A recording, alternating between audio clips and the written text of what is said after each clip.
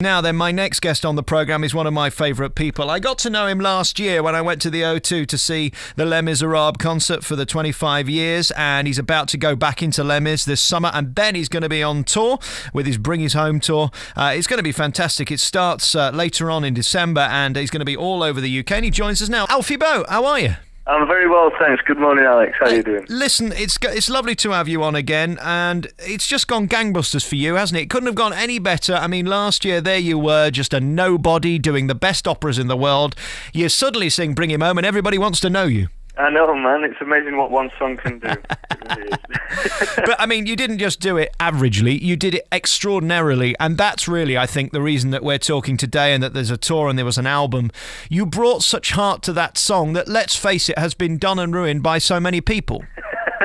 Well, thank you very much for that, Alex. It is a special song. It's really close to me, and it's nice to be associated with a song like that, you know? So I try and do it to the best of my ability every time I sing it. Is it fun being you now? Because, let's face it, you're the darling of the West End, and who'd have thought that? Because that was never your intention, was it? I mean, you're a classical singer. Exactly, yeah. I trained as an opera singer. I've been working on the operatic stage for the last 18 years, and now to actually be going into the West End is something else, really. It's really cool. I mean, it's amazing how you can cross from that world and be accepted with open arms, with my background being operatic, but the music theatre world really welcomed me with open arms. I was very, very flattered. I'm not surprised at all, because the thing is about you, you don't take yourself too seriously. I think a lot of people do, and it becomes very middle and upper class and not relatable to the masses. And of course, the one thing about West End musical theatre is it has to be of mass appeal, doesn't it? It does really, you know, and personally, I want to play to a wider audience because, you know, I like people from all walks of life. I don't just want to be categorized as an opera singer and just be able to play to an operatic audience. You know, I want to appeal to everybody. How difficult is the show Les Miserables? I mean, you did that 2-show day, which was filmed, and it's gone around the world, and I know the Americans are loving it now. Just on that, has that opened doors for you over there? Are they now begging you to go over there and sing it? There's a lot of interest over there now, yeah. There's my album's just been released over there, and they're broadcasting the Les Mis production on PBS, the concert on PBS. So I may have to go over and do some promotion work for that, but also for the album too. So. Well, that won't do you any harm. And the last person I can think of in your ilk who did that, started on PBS, was Andrea Bocelli, and he's now one of the biggest selling stars over there. And I think you're going the same way. Well, thank you. I think he's done all right for himself. So if I can emulate that in any way, that'd be great. Well, it's not surprising though, is it? Because at the core of what you do is a God-blessed talent. I don't know where it comes from. Some people believe in God, some people don't. But yeah. I don't believe you can be taught it. No, I'm very. You know, you are. You do sort of born with a gift, and I do believe that my ability to sing is a gift. You know, and I'm very fortunate that I'm using it to the best of my ability, you know, and to entertain others, really, you know. Mm. And of course, you got to meet a new friend through that O2 show. That's Matt Lucas. He's going to be going into the West End with you. He is. And I saw a very curious bit of video because you actually ended up moving in together because his house was far better than the hotel they'd given you. Exactly.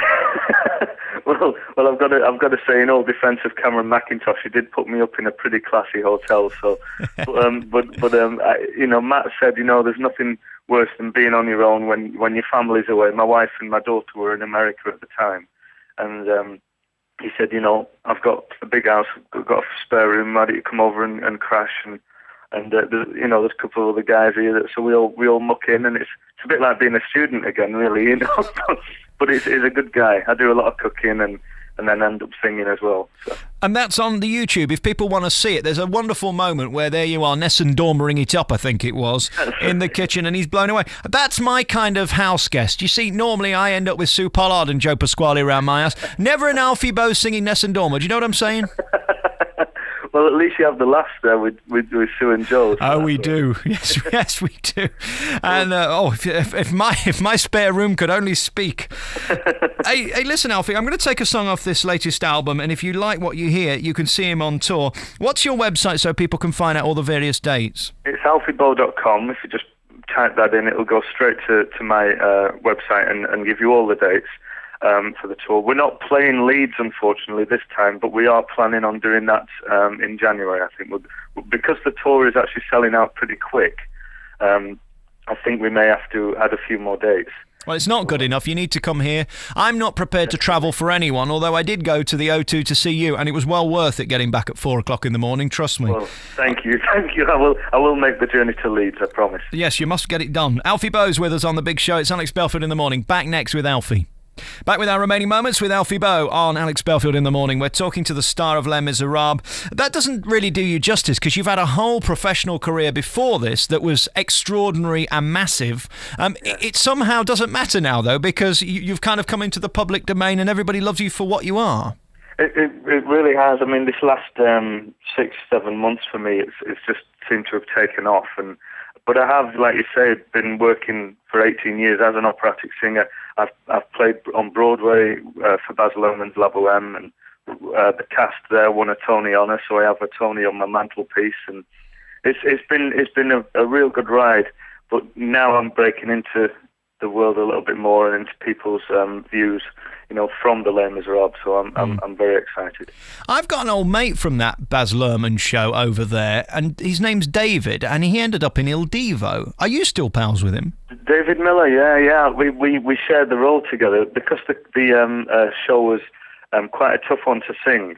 8 times a week. The cast we had to have 3 casts. So me and David shared the evening performances. We're on opposite nights, And David's done very well for himself in Il Divo. Unfortunately, we don't keep in touch much now. But whenever I'm in New York, if we bump into each other, we reminisce about the old times. I've never seen a show like that. It's the only show I've ever seen with subtitles. What the Boheme? Yeah, Boheme on Broadway. It was really cool. A lot of the operas in London do that as well. A lot of the operas in New York as well. They always have the subtitles above the stage so you can actually understand what people are saying. But I try and tell people not to worry about that, not to read the translation, and not to worry about it being in a foreign language. I always just tell them to be affected by the music. If the music's making them feel happy or sad or whatever emotion it's giving them, then it's doing the job. You don't have to be that educated with opera.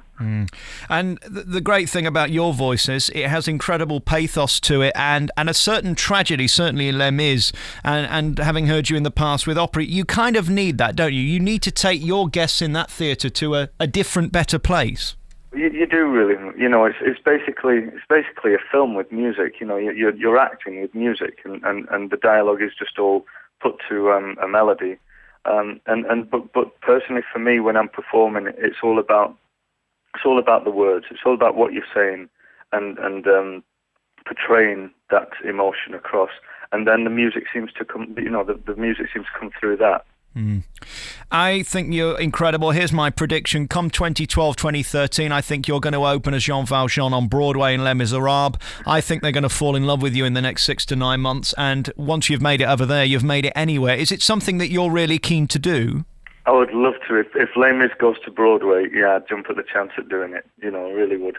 To be able to say that you've played Jean Valjean in the West End and on Broadway would be incredible. And this DVD, if you haven't seen it, we had a tremendous reaction to it. Over Christmas, we talked to you then and we played the tracks from it and we got the tracks from your new CD. And women particularly, if you don't mind me saying, Alfie Boe, seem to think that you're a nice bit of trouser. That's very nice. I'm very flattered. How does that feel? I've never had that feeling. I don't know. I mean, I don't really notice that myself, but no, it's very kind of them to say so. I'm blushing while I'm saying all this now, but no, it's very nice. Man. Are you back with the current Mrs. Boe? I am. Yeah, we're together. She's over here, and my little daughter as well is here as well. So we're setting up home in London and making a go of it over here. Well, I tell you what, you're going to be a big, massive, great big star internationally, I think. You're one of the most exceptional voices I've ever heard in my life or career. And to hear that live, there's nothing like it. The second best thing to that is the DVD from the O2 with Les Miserables. That's Alfie Boe playing Jean Valjean. I cannot wait to see you and Matt back in the West End. That starts in June. And you're on tour, starting at the Blackpool's Opera House, Saturday, 17th of December. People can go and see you there. You've got to be quick, though, because those tickets are going to go ever so fast. And you must come here to Leeds next year. We're not having any nonsense. Come on. No, I'd love to. I love Leeds a lot. I've played there a number of times, and I think it's a great city, so I'll be there, definitely. Very good. And send my love to Matt Lucas. We met once, stood under the Statue of Liberty in New York. Don't ask. Right. But it involved me with an umbrella up when it wasn't raining, and he thought that was most curious. I'll leave it with you. Alfie Boe, thanks so much for coming on the programme. All the best, mate. Take it easy.